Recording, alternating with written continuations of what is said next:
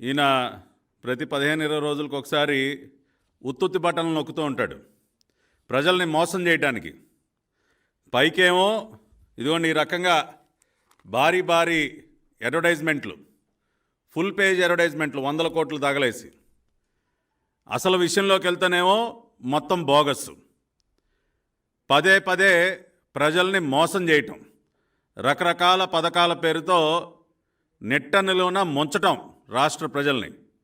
అందుకనే ఈ రాష్ట్ర ప్రజలందరూ కూడా ఏకపక్షంగా డిసైడ్ అయిపోయారు, ఇంకా వద్దు మాకు ఈ సైకో, ఈ జగన్ మోసన్ రెడ్డి మాకొద్దు, దాదాపు 5 సంవత్సరాలుగా దగా పడింది చాలు, ఇక మా వల్ల కాదు మహాప్రభు అని చెప్పి ఆల్రెడీ డిసైడ్ అయిపోయి వాళ్ళకి అందుబాటులో ఉన్నటువంటి నిజమైన బటన్ ఏదైతే భారత రాజ్యాంగం కల్పించిందో ఆ నిజమైన బటన్ నొక్కటానికి సిద్ధంగా ఉన్నారు. ఇవాళ ఈ సైకో జగన్ నిన్న నొక్కినటువంటి ఉత్తుత్తి బటన్ గురించి మనం మాట్లాడుకుందాం, చేసినటువంటి మోసం గురించి మనం మాట్లాడుకుందాం.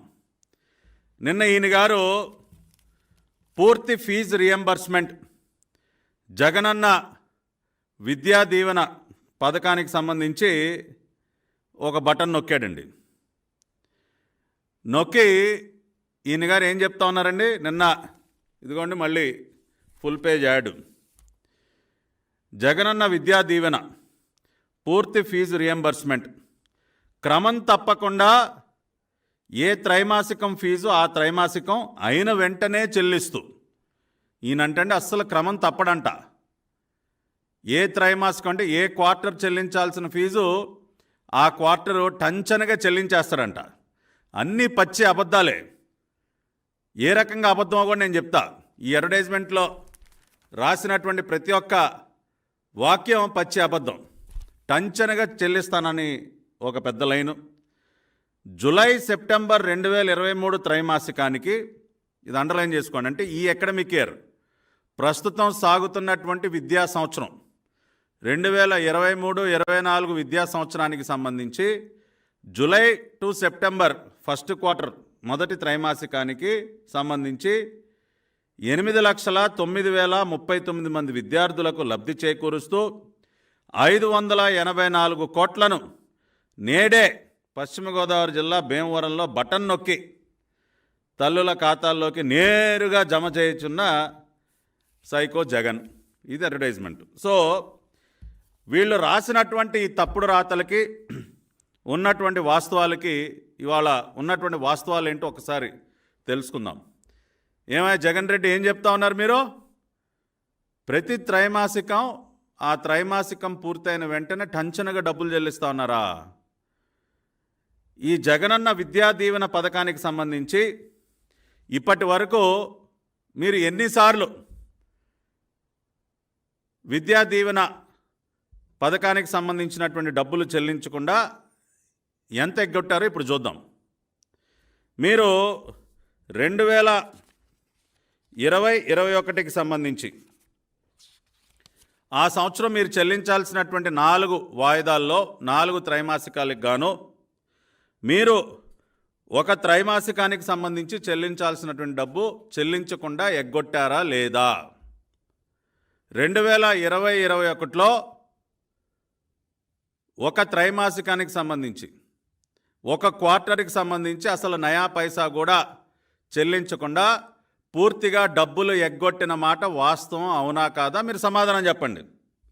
ఇవాళ ఈ రాష్ట్ర ముఖ్యమంత్రి జగన్ రెడ్డిని, అదేవిధంగా సంబంధిత శాఖ మంత్రి అయినటువంటి బొత్స సత్యనారాయణని సూటిగా అడుగుతా ఉన్నా, రాష్ట్రంలో ఉన్నటువంటి లక్షలాది మంది విద్యార్థుల పక్షాన అడుగుతా ఉన్నా, 2020-21లో మీరు ఒక క్వార్టర్ డబ్బులు ఎగ్గొట్టారా లేదా? అంటే సుమారుగా 700 కోట్ల రూపాయలు, 700 కోట్ల రూపాయలు చెల్లించాల్సిన సొమ్ము చెల్లించకుండా ఎగనామం పెట్టారా లేదా? అంతేకాకుండా 2022-23 విద్యా సంవత్సరానికి సంబంధించి, అంటే పోయిన విద్యా సంవత్సరం లాస్ట్ అకాడమిక్ ఇయర్లో మీరు చెల్లించాల్సినటువంటి 4 క్వార్టర్లకి గాను చెల్లించింది 3 క్వార్టర్లు మాత్రమే. ఒక క్వార్టర్ డబ్బులు చెల్లించలేదు. ఒక క్వార్టర్ డబ్బులు చెల్లించకుండా ఎగ్గొట్టి ఇవాళ మళ్ళీ నిన్న ఫుల్ పేజ్ అడ్వర్టైజ్మెంట్లో మీరేం చెప్తా ఉన్నారు? జూలై సెప్టెంబర్ 2023 త్రైమాసికానికి, అంటే ప్రస్తుత విద్యా సంవత్సరంలో జూలై సెప్టెంబర్కి మేము డబ్బులు చెల్లిస్తామని చెప్తూ ఉన్నారు. మరి పోయిన విద్యా సంవత్సరంలో చివరి విడత చెల్లించాల్సినటువంటి సొమ్ము ఏమైపోయినట్టు? మళ్ళీ పంగనామాలు పెట్టారా? ఏమయ్య జగన్ రెడ్డి, అంటే లెక్కలు రావనుకుంటున్నావా ఏంటా మాకు? నువ్వు 2022-23 విద్యా సంవత్సరంలో నువ్వు చెల్లించింది 3 విడతలు మాత్రమే. 4వ విడత నువ్వు చెల్లించలేదు. 1 విడత బకాయి పెట్టావు. మరి ఆ డబ్బులు చెల్లించకుండా ఇవాళ మళ్ళీ ఏంటాయా ఈ పేపర్ యాడ్? కరెంటు అకాడమిక్ ఇయర్లో నేనేదో టెన్షన్గా డబ్బులు కడతానని చెప్తా ఉన్నావు.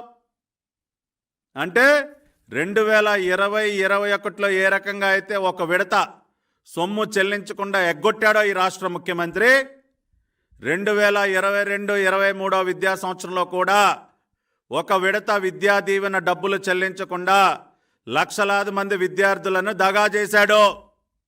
ఇది వాస్తవం అవునా కాదా నేను ఛాలెంజ్ చేసి అడుగుతా ఉన్నా. ఏమయ్య సత్యబాబు, నీ పేరుతోనే కదా ఇచ్చావు యాడ్?